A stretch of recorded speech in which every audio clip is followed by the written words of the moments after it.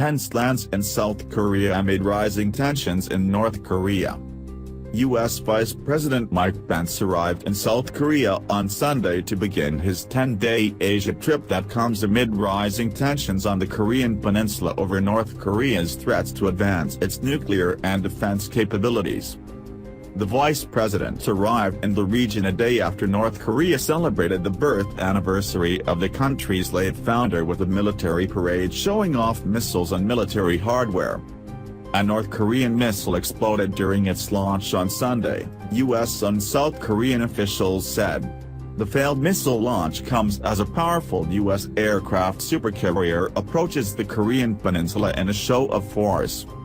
The vice president was joined by his wife and two adult daughters and was laying a wreath at the Seoul National Cemetery at the start of his trip. Pence is expected to join U.S. and South Korean troops for Easter Sunday church services and a dinner later in the day. Trump has suggested that the U.S. will take a tougher stance against the North Korean threat. North Korea is a problem. The problem will be taken care of, Trump told reporters last week. Along with the deployment of the naval aircraft carrier and other vessels into waters off the Korean peninsula, thousands of U.S. and South Korean troops, tanks and other weaponry were also deployed last month in their biggest ever joint military exercises.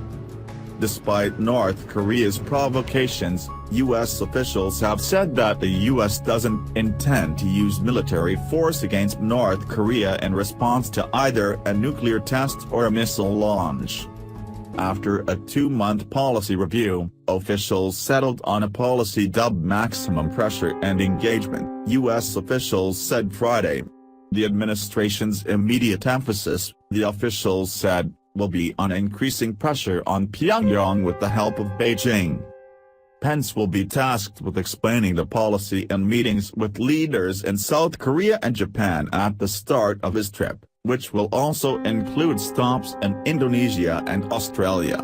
He will also aim to reassure allies in South Korea and Japan that the U.S. will take appropriate steps to defend them against North Korean aggression.